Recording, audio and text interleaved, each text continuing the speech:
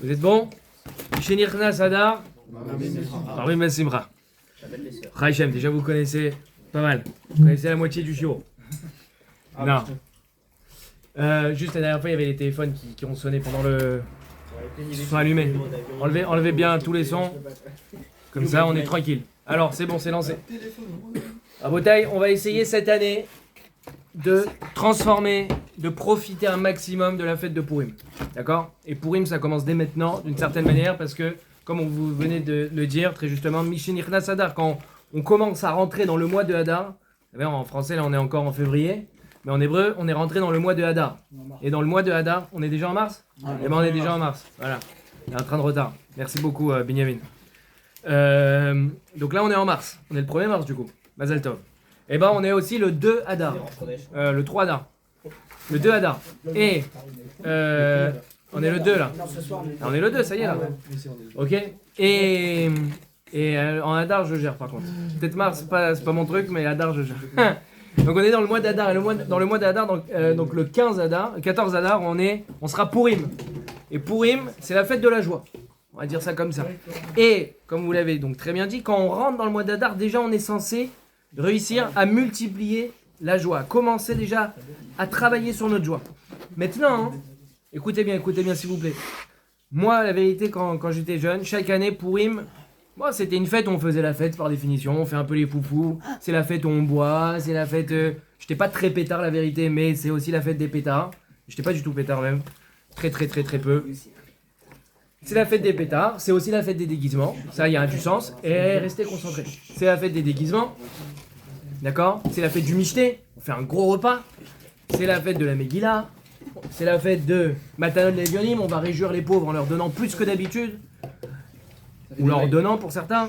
Et aussi Mishloach Manot, on donne des plats, ou en tout cas de la nourriture, des beaux paquets de nourriture à ses amis. C'est recommandé de donner ça à ses ennemis, entre guillemets, ses ennemis, peut-être quelqu'un qu'on n'apprécie pas trop, justement histoire de faire la paix. Tu vas aller toquer à la porte du gars que t'aimes pas trop et tu lui offres un beau cadeau de nourriture avec des bonbons, des chocolats, des boissons, ce que vous voulez. Voilà, donc c'est la fête de tout ça. Mais au centre, et depuis déjà Rosh Chodesh, donc le début du mois de Hadar, le centre de tout, c'est la joie. Ouais. Et en fait, ce qu'il faut donc travailler, c'est la joie. Et moi, j'aimerais bien que cette année, eh bien, on réussisse à vraiment vivre comme il faut, comme la Torah elle aimerait qu'on le vive, la fête de Purim. Parce que moi, personnellement, pour moi, c'est une fête extraordinaire. Depuis que j'ai fait la yeshiva, Purim, ça a pris une autre dimension. Et je suis très macpide, je suis très pointueux justement de bien la vivre. Je suis pas encore au niveau de tout bien faire, mais j'essaye vraiment de m'investir dedans et de ressortir fort. Parce qu'il y a une autre chose qu'il faut prendre conscience, c'est que Purim, c'est la dernière fête de l'année. Normalement, on commence, tout le monde compte l'année depuis Tishri, depuis Rosh Hashanah, la fête du grand pardon, enfin, le jour, il y a Yom Kippour et avant ça, il y a Rosh Hashanah, le jour du jugement. Ça, c'est le début de l'année calendaire. Mais le début de l'année des fêtes, donc c'est quoi la première fête? C'est Pessah. Donc ça va être le 15 Nissan, ce sera dans 1 mois et demi. Les fêtes, comment on compte les années des fêtes, c'est à partir de Pessah. Donc si on fait tout le tour, Pessah, Shavuot, Rosh Hashanah, Yom Kippour, Sukkot, ensuite il y a Hanouka, et ensuite il y a Purim. Donc la dernière fête de l'année, c'est Purim. Si c'est la dernière fête, il y a Toubishvat, c'est pas vraiment une fête, mais c'est un événement. Et donc la dernière fête, c'est Purim. Et donc ça veut dire que, en général, ce qui est à la fin, c'est un peu le but. D'accord? C'est vers ça qu'on tend, c'est vers là-bas qu'on se dirige. C'est la fin de l'année. Donc Purim, c'est la dernière fête qui va clôturer l'année. Donc ça doit être l'apothéose, ça doit être le gros final. D'accord? Et donc il faut s'y préparer. Et pour s'y préparer, il faut un peu mieux comprendre. Parce que moi, ma problématique, c'est que je veux bien qu'on me demande d'être plus joyeux, mais justement, comment je fais? Je peux pas me forcer à être plus joyeux. Si j'entends une bonne blague, je rigole, mais voilà, c'est tout. Si le gars il se marie à ce moment-là, il est plus joyeux. Mais si juste comme ça, l'année, le temps passe, on arrive à Purim, on n'est pas plus joyeux. Et le jour de Purim, on fait la fête et on passe peut-être à côté de Purim. Donc il faut comprendre maintenant comment fonctionne la joie. Comment faire pour être plus joyeux? C'est toujours gênant, difficile lorsque la Torah, elle nous demande des émotions. Et tu aimeras Hachem. Je t'aime. Mais comment je fais? On a parlé un peu la semaine dernière de ça avec les mitzvot. Il faut être triste, il faut être joyeux. il faut avoir peur d'Hachem. Il y a des émotions à avoir, comment on fait? À Pessah, on nous dit, il faut que tu ressentes comme si c'était toi qui étais sorti d'Égypte. Comment on fait? Il faut comprendre. Plus on comprend, plus on peut accéder en fait à l'émotion. Parce que là, on parle d'événements qui se sont passés il y a des millénaires. D'accord? Et cet événement-là de Purim, il faut le vivre aujourd'hui. À Purim, le peuple juif a été sauvé. Le peuple juif a été sauvé d'un génocide qui n'a pas eu lieu, Baruch Hashem, à quelques jours près. À 3 jours près, à 1 jour près, le génocide, Baruch Hashem, il n'a pas été fait. On aurait dû être tous supprimés, tous autant qu'on est, on aurait dû être supprimés. Il y avait eu un décret royal qui disait tous les juifs dans notre ville et dans tous les pays du monde doivent être tués. Tous les rois sont tenus de tuer les juifs qui sont dans leur ville. Donc c'était fini pour nous. Et on est là aujourd'hui. C'était pas que dans les 127 pays de... Et en fait, il régnait sur... Oui, c'était du coup... globalement, ça veut dire partout, quoi. Je sais pas si on était dans plus de 127 pays à l'époque. De toute manière, nous les juifs. On n'était pas autant éparpillés. Hein? Ouais, mais là-bas, on est là-dessus. Voilà, c'est ça. Et partout, exactement. Le centre juif, il était plus restreint. On n'était pas en Chine, on n'était pas forcément en Amérique, etc. Donc, ça veut dire, en gros, supprimer la race juive. C'est pas la première fois et c'était pas la dernière fois. Donc il faut comprendre ça. Donc ça, c'était il y a des millénaires. Aujourd'hui, on fête ça. On fête cet événement. Donc, pour pas cette année passer à côté, on va essayer un peu d'expliquer ensemble.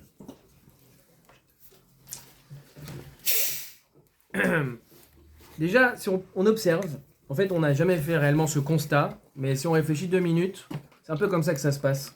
Comment se produit le phénomène de joie en général?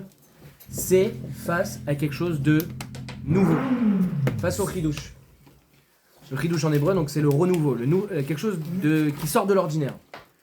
Par exemple, vous verrez en Israël, mais c'est pareil en France, mais en Israël c'est très typique, quand il y a une ambulance ou une voiture de police, quelque chose comme ça, il se passe un truc. Vous voyez tous les petits enfants au balcon en train de regarder comme ça, ils sont intrigués, ils sont intéressés, ils sont là. C'est pas forcément joyeux ce qui se passe, mais ça interpelle, ça excite. Donc quand vous voyez, il y a un événement, un accident de la route, voilà, c'est pas sympa un accident de la route. Pourquoi il y a des bouchons? Tout le monde ralentit, on a envie de regarder. Il se passe un truc. Dans le métro, il y a quelqu'un même qui est bizarre physiquement, t'as envie de regarder. C'est pas... Alors quand on est grand, on est poli, on regarde pas ça. Mais en général, ça interpelle, c'est bizarre. Et en fait, ça crée de l'excitation d'une certaine manière. Alors l'excitation, c'est peut-être un grand mot, mais c'est ça qui fait que on est curieux. Curiosité comme ça. La curiosité, elle naît grâce à quelque chose de nouveau. Autre exemple, quand vous prenez 2 bachourim de yeshiva, s'il y en a un des deux qui dit à son pote, dis-moi un petit mot de Torah, dis-moi un petit truc sympa. Et le gars, il lui sort Bereshit bara Elokim et Hashem vetaretz. Au premier jour de la terre, Dieu créa le ciel et la terre. Merci. Voilà. Shema Israël Hashem Elokeinu Hashem Echad. Waouh, le chidouche. Waouh, je connaissais pas ça. Le gars, tu l'as ennuyé. Par contre, si tu lui cites une histoire de la Gemara, que par exemple, Rabbi Bar Chama, il est arrivé aux confins de la terre. Vous savez que Rabbi Bar Chama, il a été guidé il était dans le désert, il a été guidé par un arabe à l'époque. C'est raconté dans la Gemara dans Baba Batra. Et il lui a dit, montre-moi l'extrémité de la terre. Il est arrivé au bout de la terre. Attention, ne me demandez pas qu'est-ce que ça veut dire, parce que je vais pas vous faire le draouche, l'explication cachée qu'il y a dans cette histoire. Il est arrivé au bout de la terre, et il faut savoir qu'il a posé à un moment donné son... comment ça s'appelle ? Son baluchon de nourriture, il y avait une sorte de fenêtre, il a posé. Dieu est appris, il tourne la tête, il est plus là, son baluchon. Il dit, qu'est-ce qui s'est passé? Il dit, la terre elle tourne, hein, mon ami. Ta fenêtre elle est partie. Voilà, là il se passe un truc. Ça interpelle, c'est bizarre. D'accord? Sinon il lui a demandé de lui montrer l'endroit où Korach était enterré. Et il dit, là regarde, il y avait 2 fentes dans la terre comme ça, il y a de la fumée qui sortait. Et le Tana il a pris une brochette avec au bout de la laine. Il a trempé dans l'eau, il l'a mis sur le feu, en 2 secondes c'était cuit le truc, c'était brûlé. Tellement le feu était fort, ça a brûlé directement. Et là l'arabe il lui dit, tends l'oreille. Et là il tend l'oreille et il entend quoi? Moshe Emet Vetorato Emet. Il entend ça.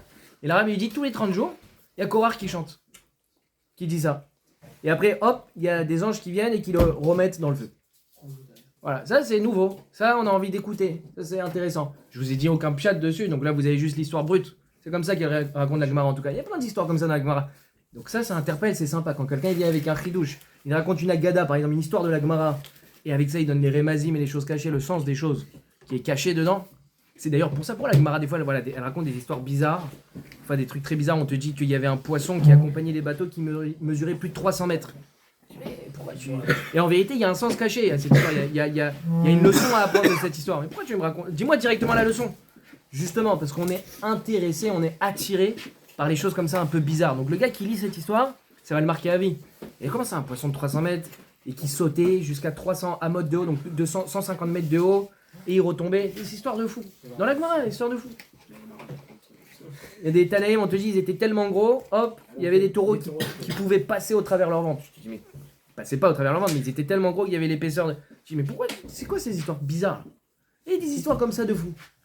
Mais en vérité, faut les comprendre ces histoires. Faut pas s'arrêter juste à l'explication simple parce que des fois c'est compliqué à imaginer des choses pareilles. Mais la Gemara, elle t'emploie des mots un peu cachés, un peu détournés pour que ça t'interpelle. Et là ça t'excite. Et t'as envie de savoir, et t'as envie de comprendre. Et là tu vas ouvrir les livres pour comprendre ce qui est dit là-bas. D'accord? Donc, la hitrachut en hébreu, donc le renouveau, quelque chose qui sort de l'ordinaire, ça crée chez toi une excitation qui se transforme en joie. À chaque fois qu'il y a quelque chose de nouveau, alors plus c'est bizarre, plus c'est nouveau, plus ça te rend joyeux, plus ça t'excite. Moins c'est nouveau, moins ça t'excite. Mais il y aura toujours ce phénomène-là de curiosité, d'intérêt, voilà, que ça t'interpelle. D'accord? On voit ça même chez Hachem. Alors il ne faut pas attribuer à Hachem des notions humaines, mais c'est de l'anthropomorphisme. Anthropomorphisme. C'est en gros, pour que tu puisses comprendre, on a employé des termes humains pour que tu puisses comprendre quelque chose chez Hachem. Il ne faut évidemment pas transformer Hachem en humain, mais la Torah, des fois, elle emploie des termes humains pour que tu comprennes. Et par exemple, on dit dans les brachot vous savez, des Shiva brachot, lorsqu'on marie des mariés, il y a 7 brachot à faire, et dedans on dit Shea Simcha Bimono. Shea Simcha Bimono. Ça veut dire quoi? La joie chez Hachem. Et là-bas, le Kolbo, il explique, il dit de quelle joie on parle de Hachem. Il dit que, en fait, Hachem, à chaque instant, il crée de nouveaux anges. Et en fait, ce renouveau, cette création constante, crée chez Hachem de la joie. Donc on a encore cette idée-là de renouvellement. Et en fait, à chaque fois qu'il y a un nouvel ange qui est là, un nouvel ange, ça va être peut-être un nouveau service, une nouvelle avodat Hachem, etc. Et ben, ça crée chez Dieu, chez Hachem, une joie. D'accord? Bon, c'est éloigné de notre compréhension, mais en tout cas, il y a écrit chez Simcha Bimono. Nous, on fait avec les mots qu'on a. D'accord? Et il y a écrit le mot Simcha. Il y a une joie chez Hachem, et cette joie-là, comme le dit le Kolbo, c'est le renouvellement de nouveaux anges, ok, qu'il y a dans le ciel.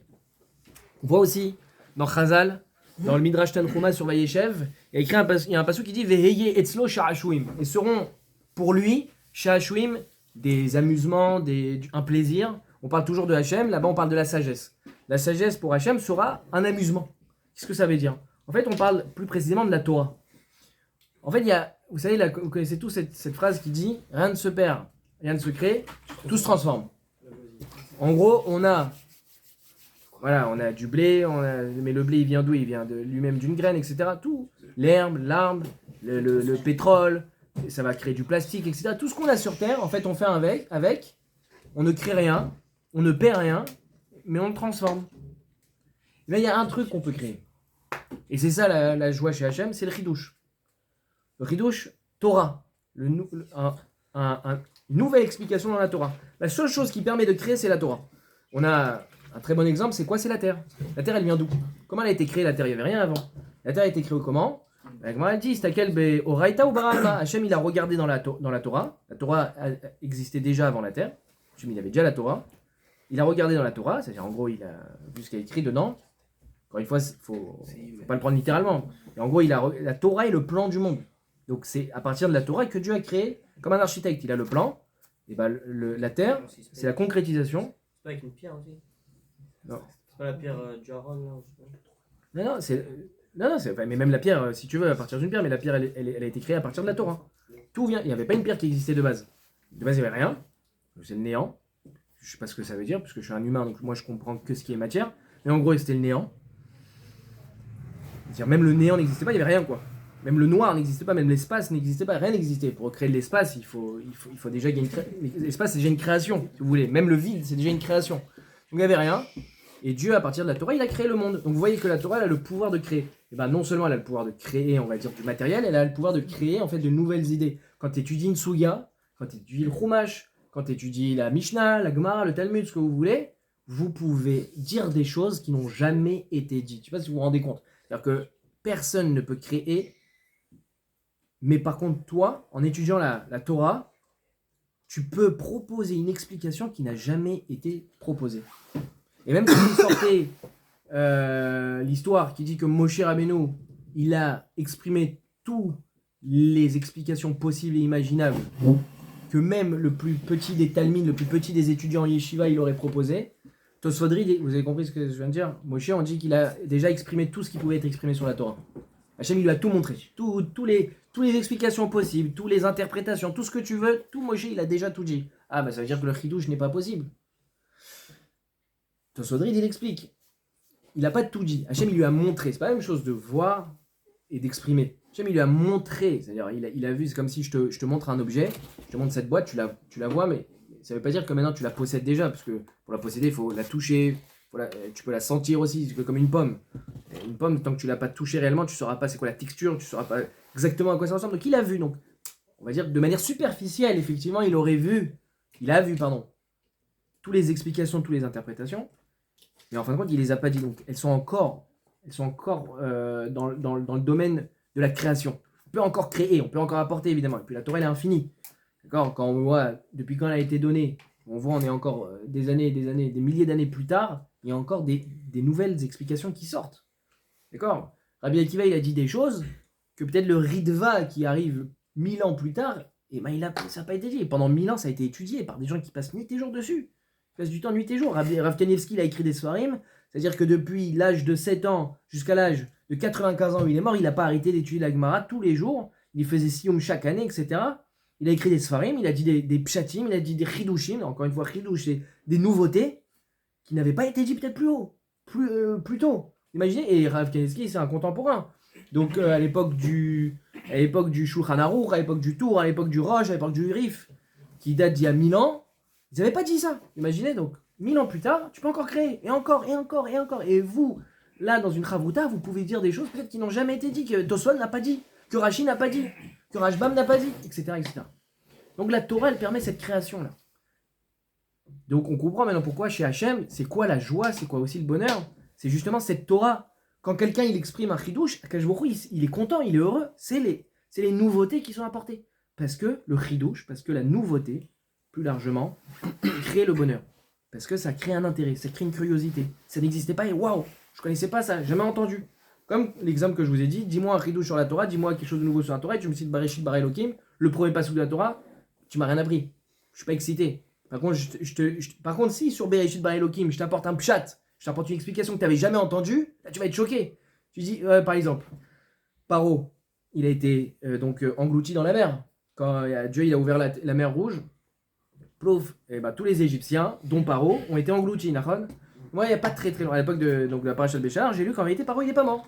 Et tout de suite, j'ai voulu lire tout le Dvar Torah, toute l'explication. J'ai dit, mais moi, toujours, j'ai cru que Paro, il était mort. En fait, non, il n'est pas mort. Comme il a fait tchouva à la fin, juste avant d'être englouti, il a reconnu Dieu, il a reconnu son erreur, et donc Paro il l'a sauvé, il l'a placé roi de Ninvé. Vous savez, Ninvé c'est la ville que Yona il devait détruire. C'est trop marrant. Boum, ça m'a interpellé. Ouais, mais si tu me disais un truc sur Béchalar, sur la Kriyat Yamsouf, que vous savez, ils étaient à pied sec, vous savez, ils pouvaient boire de l'eau, bon ça on a déjà entendu. Si vous l'avez pas entendu, tant mieux pour vous. Mais en général, des trucs comme ça on a déjà entendu. Donc ça t'interpelle moins. Et quand je te dis, Paro en fait il est pas mort. Il dit, ah là ça m'intéresse, vas-y raconte, qu'est-ce qui s'est passé en fait? Et ça crée une forme de joie. C'est comme ça que ça fonctionne chez l'homme. Et pareil, d'une certaine manière, chez Hachem. Il y a un passouk dans Shir HaMa'alot. Le Shir HaMa'alot, c'est le psaume qu'on fait juste avant de faire le Birkat. Il y a là-bas écrit Az yemale sechak pinu. Alors se remplira notre bouche de joie. Sechok, littéralement, c'est même la rigolade. Strok, en hébreu moderne, on dit strok, c'est rigoler. Hein? Une blague, voilà. Donc c'est vraiment la rigolade, quoi. Pas juste la joie, plus que ça, c'est la rigolade. Qu'est-ce que ça veut dire? C'est-à-dire que dans le monde futur, notre bouche va se remplir de joie. Va se remplir de rigolade. On va être là à s'esclaffer de rire. MDR non-stop. Avec des grands LOL. En fait, il faut pas se limiter à la compréhension qu'on avait quand on était petit du Gan Eden, du monde futur, du paradis en français. Quand on est petit, on s'imagine le paradis, je sais pas moi, avec des grands toboggans et que du kiff. Et quand on est tout petit, même des Playmobil à gogo, des Lego. Et puis quand tu grandis, c'est des PlayStation, PS5, il y aura la PS8 déjà là-bas, des trucs de fou. Et comme ça, on fera des gros Call of, des trucs comme ça, et boum. J'ai joué une fois à Call of, moi, donc c'est pour ça que je connais. Ouais, sur PS3, je crois, à l'époque. Ouais, FIFA 2037, c'est Mbappé l'entraîneur, tu vois, c'est vraiment le turfu quoi. Des trucs de ouf. Mais bon, faut grandir. Je vous cache pas, faut grandir, c'est pas ça. Mais c'est bien plus que ça. Il faut comprendre un peu c'est quoi. Déjà, il faut comprendre que le turfu, le futur, le paradis, le Gan Eden, c'est quelque chose qui est infini. Alors par définition, un être humain ne peut pas comprendre l'infini. Pourquoi ? Parce qu'on est encore une fois dans un espace déjà. On a un espace, la Terre, ou même l'univers, mais c'est un espace, et un espace-temps. C'est-à-dire que nous, on ne connaît que des choses qui avancent, qui vieillissent. Vous savez, on avait 0 mois, on n'avait pas de poil au menton, puis on se retrouve 18 ans plus tard, déjà on a de la barbe. Et on vieillit, et boum, et les choses meurent. La Terre s'érode, tout s'abîme, les fleurs fanent, la table, au fur et à mesure, elle va s'abîmer, elle va vieillir. On connaît le soleil, voilà, comment ça s'appelle, l'hiver, le printemps, automne, tout ça, là, les saisons, ça avance. Il y a 10 ans, on était en 2015, là on est en 2025, ça avance, le temps avance, on connaît que ça. On ne connaît que ça, on ne connaît pas des choses qui sont éternelles. Ça bouge pas. C'était, c'est et ce sera. On ne connaît pas ça. On ne connaît que l'évolution, si vous voulez, en tout cas des choses qui avancent. Là-haut, c'est pas comme ça. C'est des choses, on est constamment dans le présent. Le présent et le passé et le présent et le futur en même temps. C'est non-stop. Si vous voulez un peu vous imaginez, vous prenez un gros tas de sable. Vous prenez comme ça 1 tonne de sable. D'accord ? Vous imaginez que dedans il y a 1 milliard de grains de sable. D'accord ? Vous le mettez dans un entrepôt. Vous prenez ensuite un oiseau qui tous les 50 ans, il vient prendre un grain de sable et il va le mettre sur un autre tas. Tous les 50 ans ? Tous les 50 ans. Dans combien de temps le tas de sable va être fini ? 50 milliards. Vous imaginez, là on commence à se rapprocher de l'infini et on n'est toujours pas à l'infini. Mais c'est déjà très 1 milliard de grains de sable. Tous les 50 ans, l'oiseau il prend un grain de sable. On a dû... Non mais d'accord, 50 milliards d'années ça veut dire quoi ? Ça paraît infini. Mais en vrai, c'est rien à faire, l'oiseau fini quoi après le monde. Non, mais c'est pour pas arriver à la fin. Non, mais c'est justement c'est pas ça. que le terme C'est pour infini, t'illustrer. je peux pas le comprendre. Et déjà, c'est quoi ça te paraît Il est fini. tellement énorme, 50 milliards d'années. C'est-à-dire, imagine-toi maintenant, tu vois l'oiseau tous les 50 ans. Déjà, tu l'auras vécu que 2 fois dans ta vie. Mais en gros, c'est ça. Et ça, en fait, puissance 10 milliards, enfin, non-stop. En fait, c'est bien plus. Voilà, pas de terme. C'est beaucoup plus que ça l'infini. D'accord ? Donc, ça, c'est le Gan Eden. Ça, c'est le monde futur. C'est voilà, non-stop. Et dans ce non-stop là, dans ce monde non-stop, il y a quelque chose qui se renouvelle constamment. En fait, chaque seconde, on ne peut pas parler de seconde, mais chaque instant dans le Gan Eden est différent du précédent. Là par exemple, si on fait un test, si on s'arrête 5 secondes, comme ça, et la seconde précédente ressemble à la seconde qui suit, etc. On peut avoir des changements, mais là effectivement, si on s'arrête pendant 5 secondes, on peut avoir 5 secondes qui sont similaires. Dans le Gan Eden, dans le monde futur, chaque instant est précédent et est différent du précédent. En fait, c'est constamment du nouveau. Il n'y a rien qui se ressemble. Encore une fois, un exemple. Imaginez vous prenez un insecte qui se transforme en abeille, qui ensuite se transforme en moineau, qui ensuite se transforme en vautour, qui ensuite se transforme en éléphant, qui ensuite se transforme en baleine. Vous imaginez le ressenti de cet insecte ? C'est constant, c'est-à-dire waouh, il s'arrête pas. Choqué. Et ça, l'éternité. Choqué, constamment choqué. Ça s'arrête jamais. C'est ça, Aziemalé Serokpinou. Alors se remplir à notre bouche de joie, de rigolade, c'est comme quand quelqu'un gagne au loto. Vous savez, quand quelqu'un gagne au loto, sa première réaction, c'est de péter de rire. C'est pas être joyeux. Il pète de rire, il comprend pas. En fait, c'est le corps qui réagit. Allez, s'il te plaît, vraiment. C'est rigolo en plus. Là, vraiment 2 secondes.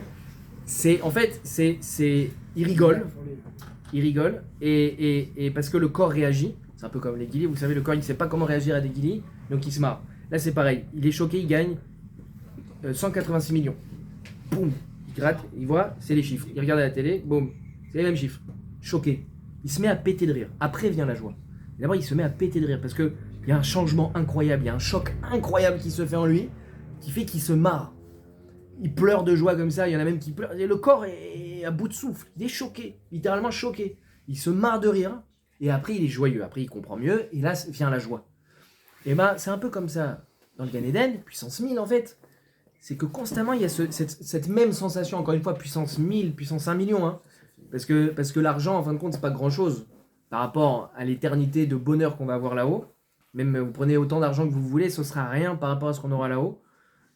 Le bonheur qu'on aura là-haut. Et en fait, donc, tout ça pour dire que voilà, c'est constamment ça. Constamment ce choc de bonheur qui nous arrive en pleine figure. Quand on sera là-haut, ce sera ça. Constamment. C'est difficile à s'imaginer, mais déjà vous en savez un peu plus sur à quoi va ressembler le plaisir du Gan Eden. On en sait très très peu plus, mais un peu plus.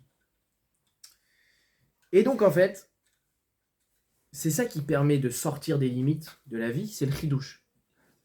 Encore une fois, tout est limité, puisqu'on a dit, rien ne se perd, rien ne se crée, tout se transforme. Donc on est limité par quelque chose. Il y a une chose qui sort des limites, c'est le chidouche. Qu'est-ce qui te permet de t'extraire des limites imposées dans le monde? C'est la création. Par définition, une création sort de ce qui existait déjà. Et comme on ne connaît aucune création, de réelle création, parce qu'encore une fois, même si tu crées un iPhone, bah, tout ça vient de matière qui existe déjà. Et déjà, on est quand même choqués, c'est magnifique. Mais en fin de compte, il a rien créé, il a assemblé, il a eu l'intelligence. C'est très fort. Hein. C'est très très fort de créer un téléphone. Mais ça vient à partir de choses qui existent déjà. Maintenant, si tu arrives avec une matière qui n'existe pas sur Terre, un truc tout nouveau, là, le choc sera beaucoup, beaucoup plus grand. Quand quelqu'un il voit un ingénieur ou un scientifique qui voit la matière qui vient de Mars, encore une fois, Mars, ça existe déjà, mais il est choqué parce que sur Terre, ça n'existe pas. Donc déjà, le choc est plus grand. Et il est beaucoup plus heureux que de trouver de l'uranium sur Terre. Donc, pourtant, l'uranium, moi, perso, je n'en croise pas tous les jours. Donc, s'il y a bien une chose, en fait, qui peut nous faire profiter de ce kiff-là qui s'appelle le nouveau, la nouveauté, c'est la Torah.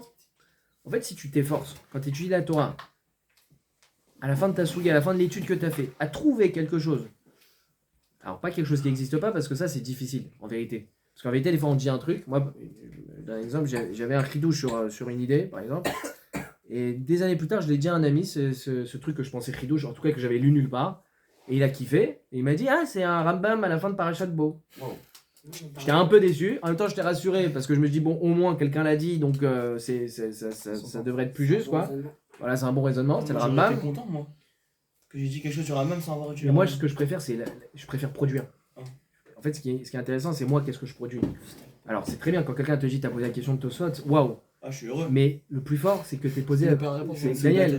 Le plus fort, c'est que t'es posé. Toi, écoute bien Daniel. Ouais. Ce qui est le plus fort, c'est que toi, tu poses une question et que personne n'est posé. C'est la question de Daniel. Donc, dans 100 ans, on dira Daniel l'a posé, pas Tosfot. Et là, c'est extraordinaire. Très rare. D'ailleurs, retenez-le. Hein. Ah, c'est une idée que j'ai appris il y a 1 ou 2 ans. C'est vrai qu'on a tous le réflexe, en tant que parent ou même en tant qu'éducateur, quand quelqu'un pose une question, de dire Ouah, Razak, t'as posé la question de Rachid. Ouah, Razak, t'as posé la question de Tosfot. Donc, des Gdolim. Donc, on dit toi, ta question. Eh bien, Tosfot, ce grand méfaré, ce grand exégèse, il a posé la même question que toi. Donc, tu as réfléchi comme lui. Khazak, bravo, magnifique. Mais en fait, c'est pas vers ça qu'il faut tendre. Ce qu'il faut tendre, c'est ouah, tu as posé la question d'Ariel. Tu as posé la question de Gabriel. Il n'y a que toi qui as posé cette question. Je peux revenir 3 jours plus tard, je dis ah, d'ailleurs, ta question elle est aussi posée par Tosfot. Mais on devrait être beaucoup plus flatté, en fait, que personne n'a posé ta question. Tu es le seul à y avoir pensé. Ça, c'est très fort. T'es le seul à y avoir pensé sur la souga. Personne d'autre la pose. Wow. Des fois, ça peut être une question tout pourrie et c'est pour ça que personne l'a posée, mais c'est rare. C'est rare. Donc c'est ça qui est intéressant, c'est que c'est développer notre productivité, notre création. Et c'est uniquement dans la Torah que tu peux faire ça. C'est uniquement dans la Torah. Même les grandes théories scientifiques, même si on ne les avait pas encore dit, elles existaient. Il explique comment fonctionne le monde. Mais le fonctionnement du monde existait déjà, maintenant il explique les lois gravitationnelles. La gravitation existait déjà. Il a expliqué comment ça fonctionne. Mais moi, je peux te dire un pshat qui n'existe pas sur Terre. Qui n'existe pas sur Terre. Un truc qui n'existe pas. Et donc, par définition, ce qui va te provoquer donc le plus grand bonheur, bah, c'est la Torah, parce que c'est la seule chose qui te permet de produire quelque chose de nouveau. Comme on a compris que la joie découle de la nouveauté, comme on l'a dit, tu vois un truc bizarre dans la rue, tout ça, ça t'intrigue, ça t'excite, bah, moi je vais te créer quelque chose qui n'existe pas. Et quand tu l'auras créé, quand tu l'encontres, tu dis, oh, j'ai un chidouche, j'ai ma chavruta, des fois elle vient me voir, Alon Marek, vous connaissez, il arrive, frère, j'ai un chidouche de fou sur la paracha, un truc, il est excité, il est excité. Et ça, on est excité quand on a un chidouche comme ça, on est excité, on a envie de le faire partager, on a dit, regarde ce que j'ai vu, j'ai une nouvelle explication, j'ai un truc, c'est nouveau, ta. Et là tu dis, non, le Khatam Sofer, il l'a dit déjà. Non, c'est extraordinaire. Et même s'il le dit déjà, au moins pour lui, en tout cas, lui, il a produit, c'était nouveau.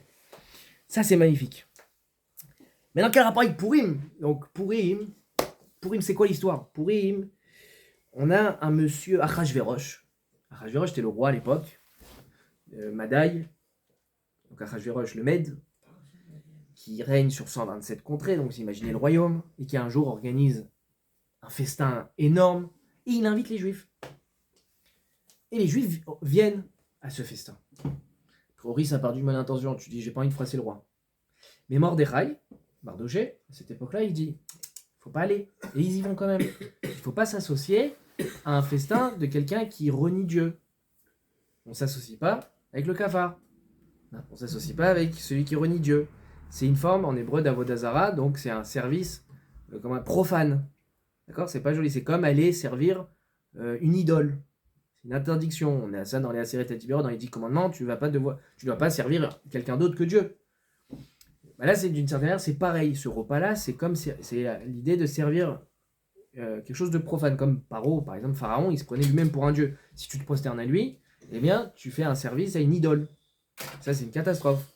Et normalement, bon, aujourd'hui, il n'y a plus, mais à l'époque, normalement, ça, Chayav Mita, quick. On t'envoie au casse-pipe.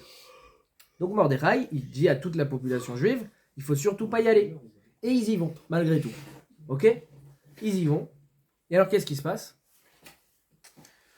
Et bien, automatiquement, il y a un décret dans le ciel qui dit on doit tuer le peuple juif.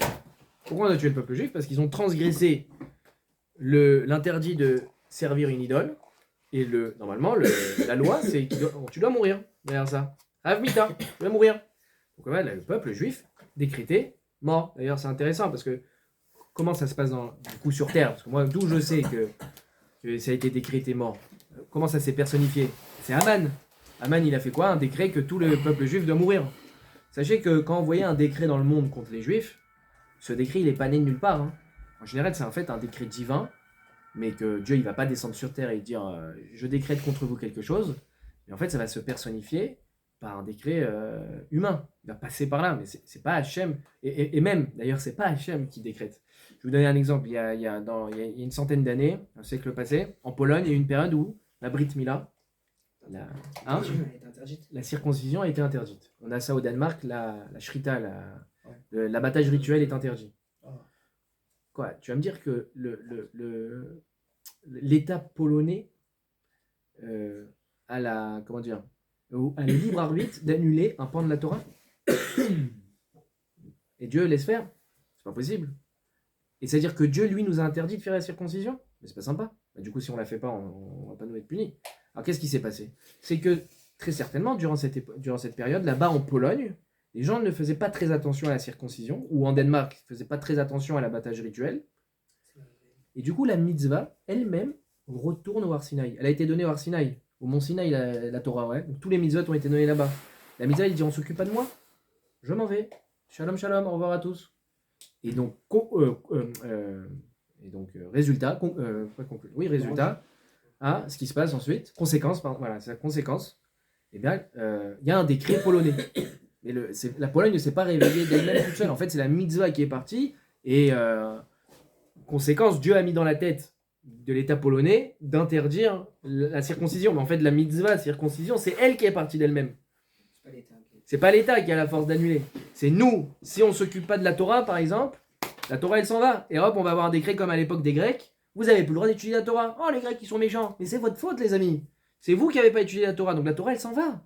Maintenant, conséquence, Dieu, il fait mettre dans la tête. Et même, c'est pas Dieu qui te prend la mitzvah, c'est la mitzvah qui s'en va. Tu t'occupes pas d'elle. Pourquoi tu veux qu'elle reste ici? Mais le décret de tuer les Juifs, du coup, il n'y a pas de mitzvah qui va repartir. Non, alors là, c'est pas une mitzvah. Là, c'est vous avez fauté. Et quand vous avez fauté une faute qui, d'après la loi, vous êtes Chayav Mita, vous devez mourir. Alors là c'est Hachem qui met dans la tête de Haman qu'il faut tuer tous les juifs. Encore une fois, c'est pas Haman qui a le pouvoir de décider de tuer tous les juifs. C'est Dieu qui a mis ça dans sa tête. Par exemple, là, en l'occurrence, là, t'as fait une avéra plutôt. Là, t'as fait une avéra, t'as fait une faute, et la faute, c'est t'es Chayav Mita. Donc, Dieu, il met dans la tête de Haman, il faut tuer tous les juifs. Et s'ensuit donc une histoire de fou. Donc, en gros, je vais pas raconter toute l'histoire de Purim, vous la connaissez aussi en partie. Mais en gros, donc, Achashverosh, voilà, donc il invite tout le monde, ils mangent tous. Haman, au fur et à mesure, par des coïncidences incroyables, monte en grade, parce que de base, il faut savoir qu'Haman, c'était un petit qui travaillait dans l'administratif, tout le monde s'en fichait de lui. Il a eu une bonne idée, c'est de tuer, de dire à Achashverosh, il faut punir ta femme parce qu'elle t'a pas respecté. Achashverosh dit, ah ouais, toi t'es un bon gars, tuer ma femme, et toi, hop, je te nomme conseiller du roi personnel. Voilà. Donc il monte en grade, et au fur et à mesure, Haman, tellement qu'il monte en grade, il prend la grosse tête. Tous les juifs, vous devez vous prosterner à moi dans la rue, nouveau décret de la loi. Celui qui se prosterne pas à moi, quick. Et là on a dit, on a Mordechai, forte tête. Non. Il dit, moi je me prosternerai pas devant Haman. Tous les autres juifs disaient, Mordechai, tu vas nous causer des problèmes et tout. Il dit, c'est la faute à qui? C'est à cause de vous qu'Haman il a grandi, truc, tatata. Bon, Haman il dit quoi, Mordechai, tu veux pas te prosterner à moi? Décret, je tue tous les juifs. Maintenant on a compris que ce décret en fait il vient parce qu'ils ont mangé au repas de Achashverosh. C'est pas parce que Mordechai s'est pas prosterné, c'est parce qu'ils ont mangé au repas d'Achashverosh. Mais bon, donc décret. En attendant, on a aussi Esther, la nièce de Mordechai qui devient la femme du roi. Bah oui, parce que le roi, il a plus de femme. D'accord. Donc il faut une femme, donc on prend toutes les plus belles femmes du pays. Comme par hasard, ça tombe sur Esther, j'en mets. Donc on a une juive qui est en espion pour nous. Là-bas dans le truc, le roi il écoute bien sa femme. Et donc il y a le repas qui s'organise, bon plein de choses. Et la veille, ah oui, donc 3 jours avant, pardon, la mort du clan d'Israël, parce qu'en fait, donc Haman, avec le sceau du roi, envoie une missive à tous les pays, tuer tous les juifs, parce qu'ils ne nous respectent pas, tuer tous les juifs. Et il faut savoir qu'une lettre signée par le sceau du roi ne peut pas être annulée. Ne peut pas être annulée, donc c'est mort. En fait, il y a des trucs, tu peux plus revenir en arrière. Donc Esther, elle instaure un jeûne, c'est le jeûne qu'on fait encore aujourd'hui. On le fait pas 3 jours, mais à l'époque ils l'ont fait 3 jours, sans manger, en priant tous les Bnei Israël. Ils ont prié 3 jours d'affilée. Et 3 jours plus tard, au lieu que ce soit tous les Juifs qui meurent, c'est Haman et ses enfants qui se retrouvent pendus.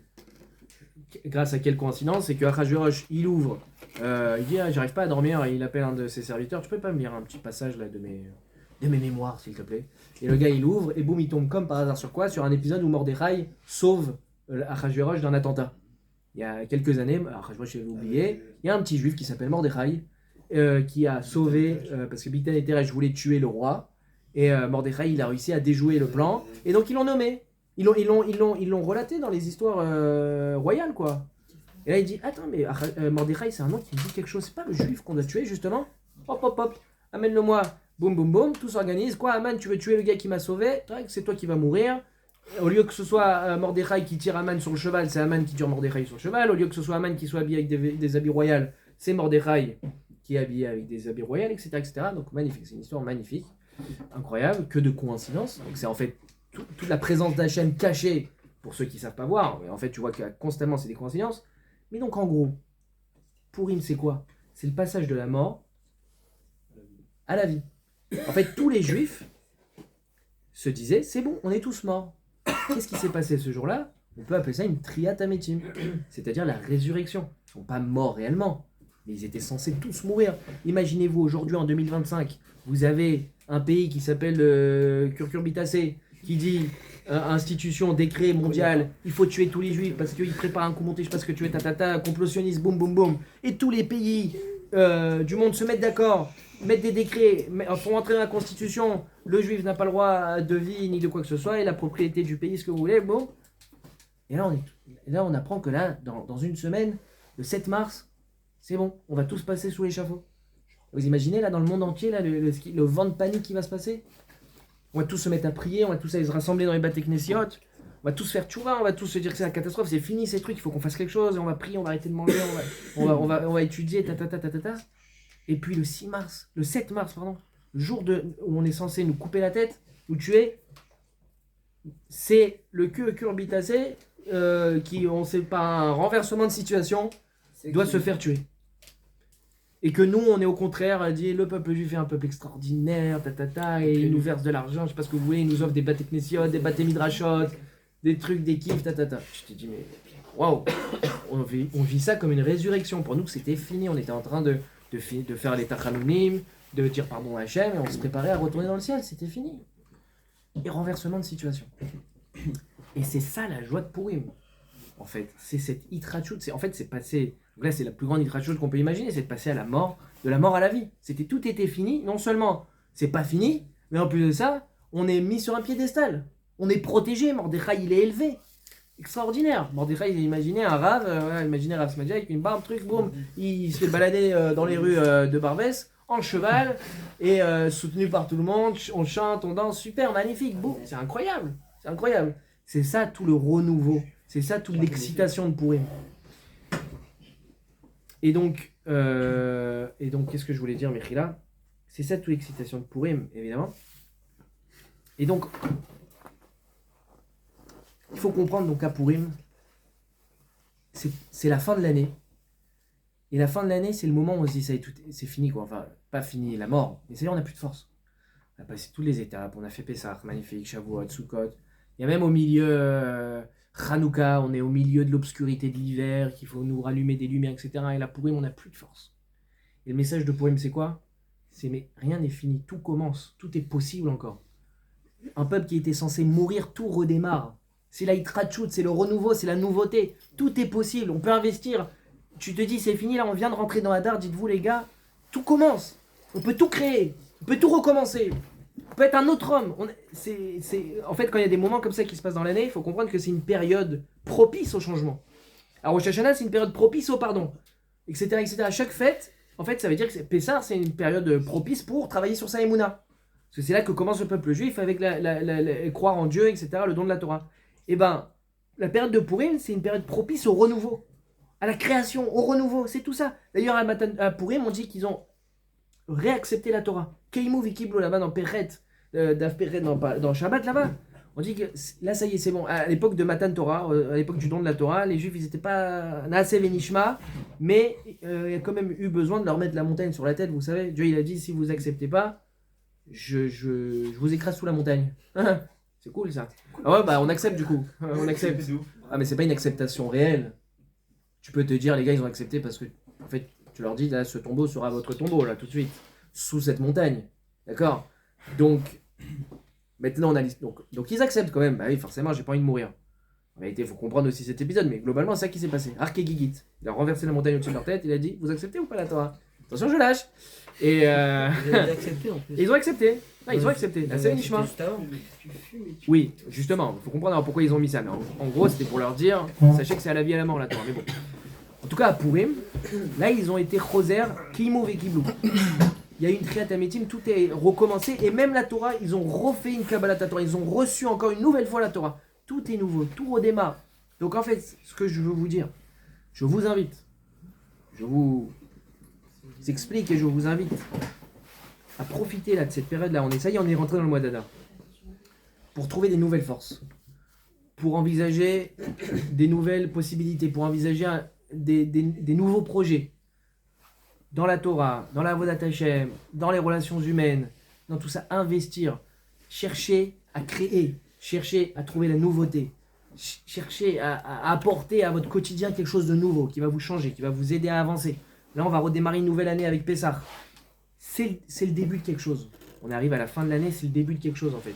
Purim, encore une fois, c'est de comprendre, tout est nouveau, on peut tout créer. C'est un peuple qui était censé mourir, on n'était pas censé exister aujourd'hui. Et boum, au lieu que ce soit tous les juifs qui soient sur la corde du pendu, c'est Aman et ses enfants. Vous imaginez le renversement de situation, les juifs qu'ils ont vécu à ce moment-là, ils se disent mais en fait c'est jamais fini, tout est possible, on peut tout recréer, on peut tout imaginer. C'est le moment d'avancer. Et encore une fois, la meilleure chose qui vous aide, qui aide à apporter de la joie, à apporter du renouveau, c'est dans l'étude de la Torah. C'est quand tu ouvres ta Gemara avec un copain et vous proposez des explications et vous vous battez pour comprendre, pour truc, boum. Et là, vous sentez la joie. Quand vous rentrez dans un Beth Midrash, le Shabbat, dans une yeshiva, allez dans une yeshiva comme ça, vous ouvrez la porte, vous sentez la vie.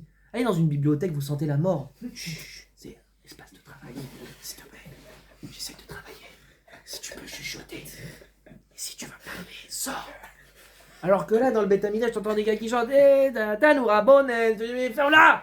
Non, mais tout le monde crie, boum, boum. Mais ça. Des fois, je suis dans le Beth Amikdash, je me dis, mais imaginez un gars de l'extérieur qui connaît pas, qui rentre, il nous prend pour des fous en fait. On est là, je suis en train de Les crier. voisins. Mais ouais, Les voisins, ils prennent pour des ouf. mais bien sûr, on est là. Alors qu'en fait, c'est la vie, je me bats pour comprendre. Moi, je suis en train de taper sur ma Ravruda. Alon, il a des bleus, le pauvre. Et boum, il m'envoie des bleus dans la figure. Avoir de la voix.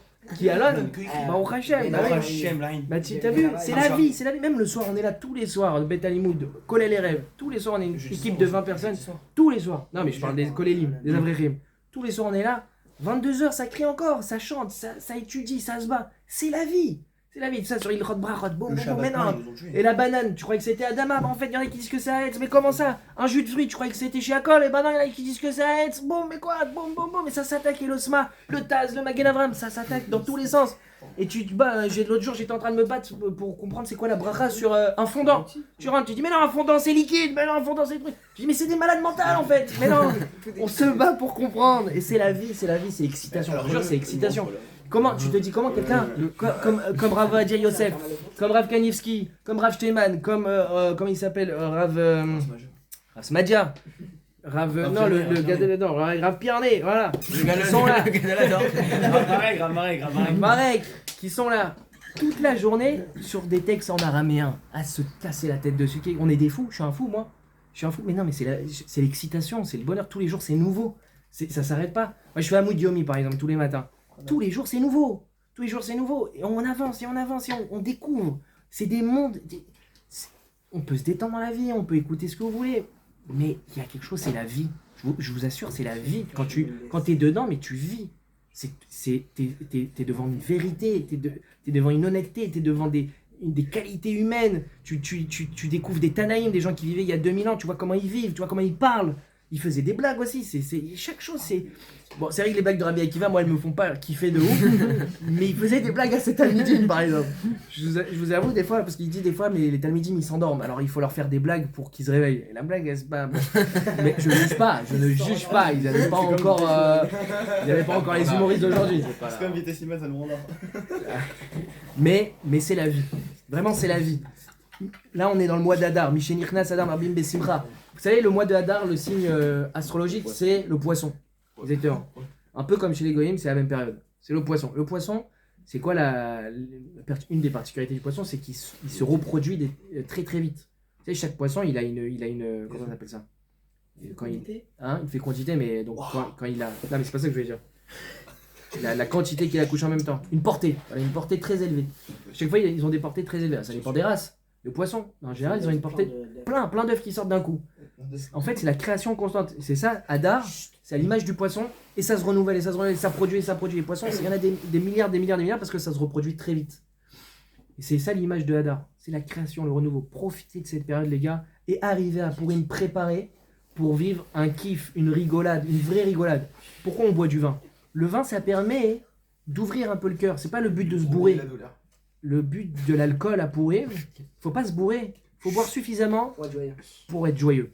On a des barrières naturelles qui nous empêchent d'être émus parfois, de rigoler à quelque chose de simple, mais parce qu'on est un peu plus aigri, parce que, bon, on a comme ça des réflexes naturels de ne pas laisser libre cours à nos émotions. Le vin ouvre ses portes. L'alcool ouvre ses portes. C'est mieux le vin d'ailleurs que d'autres alcools.